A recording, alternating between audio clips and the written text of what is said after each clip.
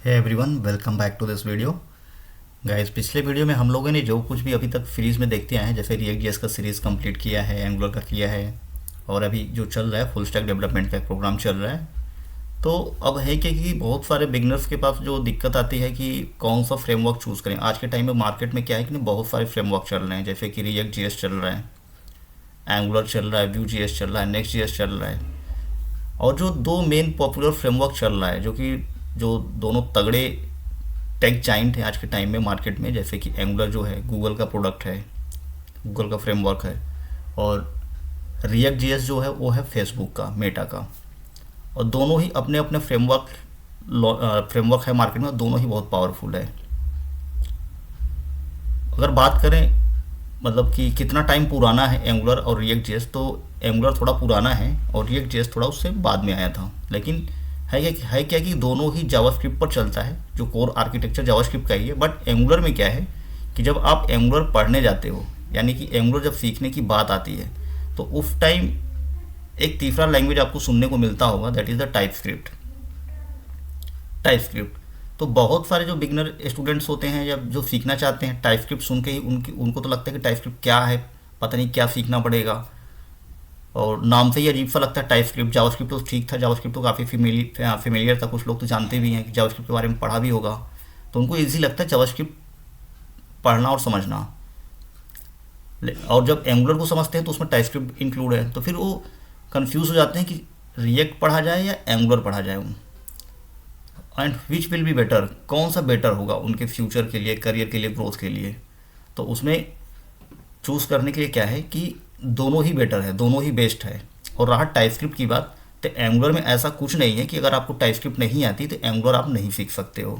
Without TypeScript भी आप angular सीख सकते हो, बस ये है कि आपको कुछ फीचर्स को समझने में थोड़ा ज़्यादा टाइम लग जाएगा, ठीक है।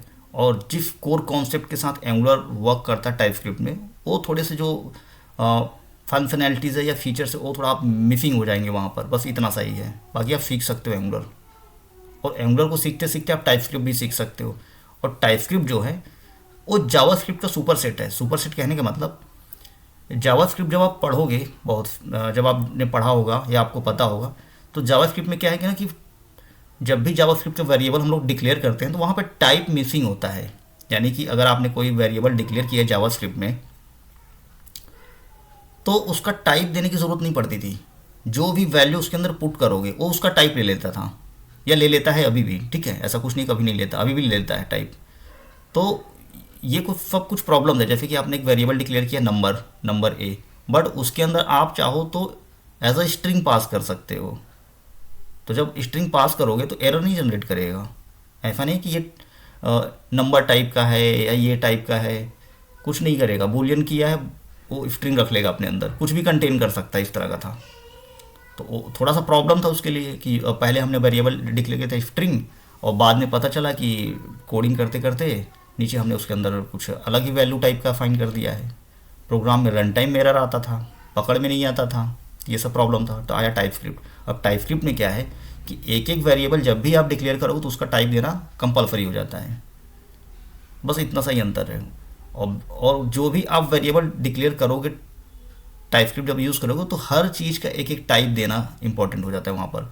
अगर आपने एरे बनाया, लिस्ट बनाया, ऑब्जेक्ट बनाया, ऑब्जेक्ट के अंदर ऑब्जेक्ट बनाया, कोई भी प्रॉपर्टी ऐड किया, तो टाइप आपको देना है, बस इतना सा ही है। और टाइपस्क्रिप्ट में बहुत ज़्यादा कुछ नहीं है। जितना कुछ भी आप टाइपस्क्रिप्ट पढ़ोगे फिर टाइप की बातें होंगी। टाइप कितने टाइप के, टाइप वेरिएबल कितने टाइप के रख सकते हो आप। चलो ये हो गया।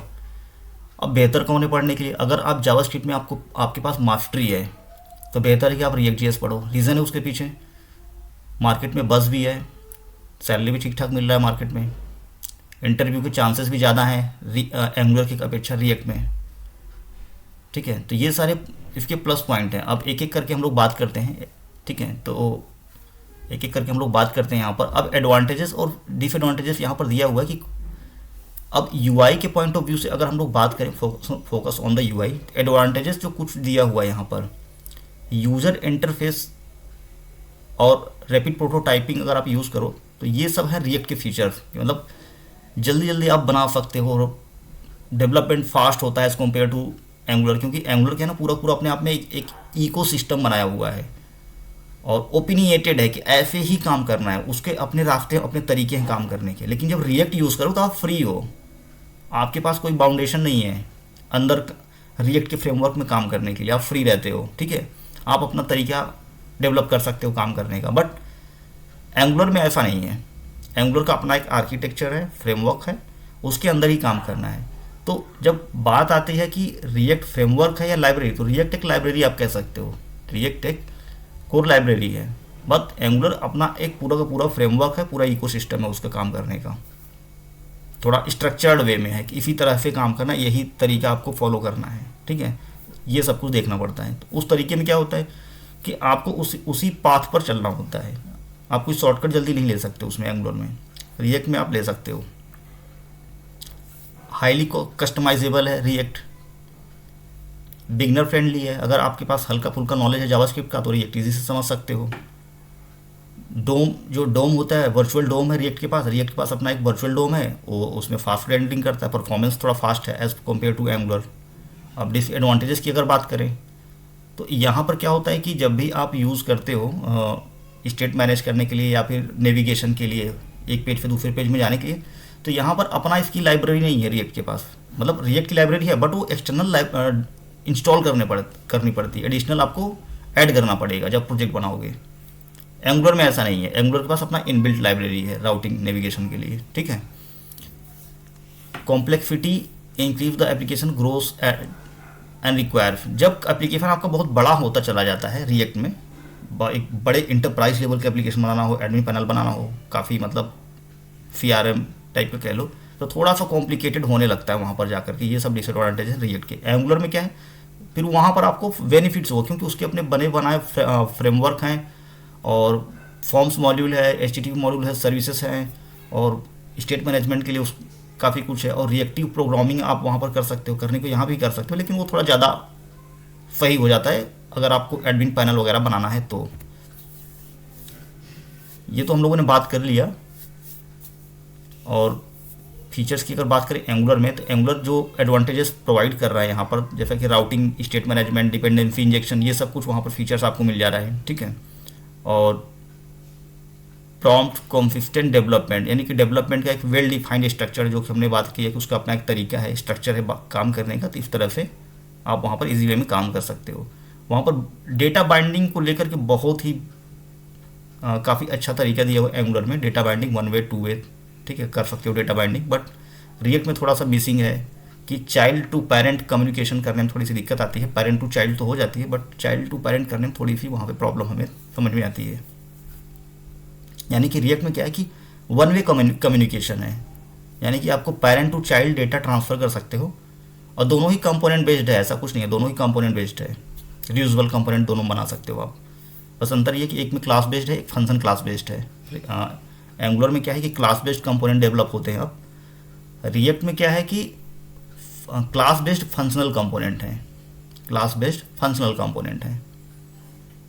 तो ये सब कुछ एडवांटेज एंड डिसएडवांटेजेस हैं यहाँ पर। अब जो स्पीड की हमने बात की स्पीड के लिए, तो स्पीड अगर स्क्रीन पर रेंडरिंग स्पीड की अगर हम बात करें तो रिएक्ट फास्ट है। वहाँ पर स्मूथ आपको फील होगा जब भी वर्क आप करोगे रिएक्ट में, तो वहाँ पर आपको स्मूथनेस फील आएगी। जावास्क्रिप्ट की एक्सपर्टाइज आपको बहुत ज़्यादा नहीं चाहिए, बट एटलीस्ट ES6 के कुछ फीचर्स, अगर ES6 के फीचर्स में अगर आपने मास्टरी कर लिया है तो रिएक्ट पढ़ने में कोई दिक्कत नहीं आएगी, रिएक्ट में कोई दिक्कत नहीं आएगी आपको। अब लार्ज स्केल प्रोजेक्ट जब बनाने की बात आती है तो वहाँ पर एंगुलर का ही आर्किटेक्चर ज़्यादा बेटर लगता है लार्ज स्केल एप्लीकेशन के लिए। और टीम कोलेबोरेशन में भी अगर आपको वर्क करना है, टीम बेस्ड कोई प्रोजेक्ट है, कोई बड़ा प्रोजेक्ट है 10 से 20 लोगों का, जिसपे आपके टीम मेंबर काम करेंगे, कलीग्स, तो वहाँ के लिए बेटर है। अब टाइपस्क्रिप्ट की जब हमने बात किया तो developer who prefer the TypeScript for its enhanced type safety, तो वही जो वेरिएबल या सेफ्टी की हमने बात किया कि एक्सीडेंटली डेटा, गलत टाइप के डेटा साइन हो जाए आपके वेरिएबल में, तो वहाँ पर अगर इस तरह की सेफ्टी मेंटेन करना है तो अगर, और टीम में जब काम करना है तो सेफ्टी ज़्यादा इंपॉर्टेंट हो जाता है कि कोई भी फाइल, कोई भी वेरिएबल कोई दूसरा डिक्लेयर या उसको डिस्टर्ब ना कर पाए, ठीक है। तो टाइपस्क्रिप्ट वहाँ पर बेटर है। हालांकि रिएक्ट में भी अब टाइपस्क्रिप्ट आ गया है और रिएक्ट में भी अब टाइपस्क्रिप्ट यूज़ करने लगा है, ठीक है। ऐसा नहीं है कि रिएक्ट टाइपस्क्रिप्ट नहीं यूज़ कर रहा है। आज के टाइम में अगर हम बात करें तो रिएक्ट भी टाइपस्क्रिप्ट यूज़ कर रहा है, बट मार्केट में डोमिनेंस की बात अगर करें तो रिएक्ट डोमिनेट कर रहा है। एंगुलर क्या है, एंगुलर स्टेबल है। स्टेबल करने का मतलब इसके जो एप्लीकेशन बन रहे हैं वो काफ़ी बड़े लेवल के बन रहे हैं एप्लीकेशन, और उसमें अब बड़े लेवल का एप्लीकेशन बन रहा है तो मार्केट में उस तरह की बज़ नहीं है। अगर एक एप्लीकेशन या एक प्रोजेक्ट काम चल रहा है तो 4-4 साल 10-10 साल काम चल रहा है एक ही प्रोजेक्ट पर एंगुलर के, ठीक है। तो कुछ बड़े लेवल के प्रोजेक्ट पर काम चल रहा है। और रिएक्ट में क्या है कि अगर आप जो भी वेबसाइट देख रहे हैं जो कि एसईओ फ्रेंडली या फिर जो भी बनाना है फास्ट स्पीड वेबसाइट बनाना है तो वहाँ पर रिएक्ट में काम चल रहा है आज के टाइम में। और रिएक्ट मार्केट में एक तरह से आज के टाइम में डिमांड में भी है और लोग काफ़ी पसंद भी कर रहे हैं रिएक्ट पर काम करना। और साथ में सीखने के लिए बिगनर फ्रेंडली जो है, सबसे मोस्ट इंपॉर्टेंट ये पॉइंट है कि सीखने के लिए अगर कोई बिगनर आ रहा है तो वहाँ पर सबसे बिगनर फ्रेंडली है। उसको हल्का फुल्का HTML जावास्क्रिप्ट जिस भी स्टूडेंट को आ रहा है तो वो रिएक्ट सीख सकता है इजी वे में। और दोनों दोनों ही ऐसा नहीं है कि दोनों, रिएक्ट अगर डाउन है तो रिएक्ट में बड़े एप्लीकेशन नहीं बन रहे हैं। स्क्रीन पर दिया हुआ फेसबुक, इंस्टाग्राम, एयरबीएनबी ये सब रिएक्ट पर ही बने हुए हैं, ठीक है। तो बना सकते हो, कर सकते हो काम। बाकी यहाँ पर हमने कुछ लगाए हुए हैं स्क्रीन, और यहाँ पर आर्किटेक्चर और परफॉर्मेंस की हमने बात कर लिया है। बाकी बहुत ज़्यादा इन डेप्थ में अगर दोनों में से कोई भी अगर आप फ्रेमवर्क सीख लेते हो तो आपके लिए प्लस पॉइंट है। और मैं तो कहूँगा कि दोनों फ्रेमवर्क आप सीख करके रखो। स्टार्टिंग में आपके लिए जो इजी लग रहा है रिएक्ट, तो रिएक्ट पर फोकस करो, और रिएक्ट सीखने के बाद एंगुलर ज़रूर सीखो। मेरा तो कहना यही रहेगा। रीज़न उसके पीछे ये है कि रिएक्ट में जब एंगुलर में जब आप सीख लेते हो और रिएक्ट भी, तो फ्रंट एंड एप्लीकेशन आपको जब भी बनाना जहाँ पर यूज़र एक्सपीरियंस चाहिए, यूज़र एक्सपीरियंस जहाँ पर इंपॉर्टेंट है, एसईओ इंपॉर्टेंट है, ठीक है, तो उसको आप रिएक्ट में वर्क करो। और जहाँ पर फॉर्म्स वगैरह पर ज़्यादा काम करना है, कंट्रोल ज़्यादा चाहिए आपको, ठीक है, यानी कि जो पेज है, पेजेस में नेविगेशन है, क्लिक है, कंट्रोल है, फॉर्म्स है, ठीक है, यानी कि जहाँ एडमिन पैनल टाइप का काम है, CRM टाइप का काम है, तो वहाँ पर आप एंगुलर चूज़ कर सकते हो, ठीक है। तो 2-3 आप ऑप्शन लेकर के चलो मार्केट में आज के टाइम में। और मार्केट क्या है ना कि बहुत मतलब इवॉल्विंग है, बहुत जल्दी सैचुरेटेड होने लग जा रहा है, ठीक है। तो 2-3 अगर 3-4 साल के एक्सपीरियंस के बाद 2-3 आपके पास फ्रेमवर्क अगर आपने सीख लिया है, आपको आता है, तो आपके लिए प्लस पॉइंट है। और रिएक्ट में एक प्लस पॉइंट ये भी है कि रिएक्ट जब आपने सीख लिया है तो आप Next.js और रिएक्ट नेटिव पर भी ईजी वे में काम कर सकते हो। रिएक्ट अगर आपने सीख लिया तो रिएक्ट नेटिव सीख सकते हो, जो कि एंड्रॉयड डेवलपमेंट है, ठीक है, मोबाइल डेवलपमेंट में आपके लिए बेनिफिशियल रहेगा। दूसरा सर्वर साइड अगर आपको एप्लीकेशन बनाना है, सर्वर साइड सेंट्रिक यानी कि एसईओ फ्रेंडली, Next.js आप चूज़ कर सकते हो। पूरा का पूरा कोर कॉन्सेप्ट रिएक्ट का ही यूज़ करता है। इवन इंटरनल जो रिएक्ट की ही लाइब्रेरी यूज़ होती है उसके अंदर, बस उसमें क्या है कि जो अनओपिनियटेड एंगुलर था, सॉरी रिएक्ट जो अनओपिनियटेड था, यानी कोई अपना तरीका नहीं था काम करने का अंदर फ्रेमवर्क के अंदर, रिएक्ट लाइब्रेरी के अंदर, तो वो पूरा का पूरा आर्किटेक्चर इसने फॉलो कर लिया कि कैसे कैसे काम करना, किस तरह से फाइल बनाना, किस तरह से राउटिंग करना, किस तरह से नेविगेशन करना, पूरे फिक्स्ड हैं उसके, उसमें कैसे एपीआई बनाना है, ठीक है। तो ये सारे कुछ दिया हुआ है यहाँ पर। और इसी के साथ ये वीडियो हम लोग क्लोज करते हैं, और उम्मीद है कि आपको रिएक्ट और एंगुलर में थोड़ा सा एक बेसिक डिफरेंस पता चला होगा। बहुत ज़्यादा तो नहीं, लेकिन एक ओवरऑल आपको आइडिया लग गया होगा कि what is the react and what is the angular and what you should have to choose among between. So thank you watching for this.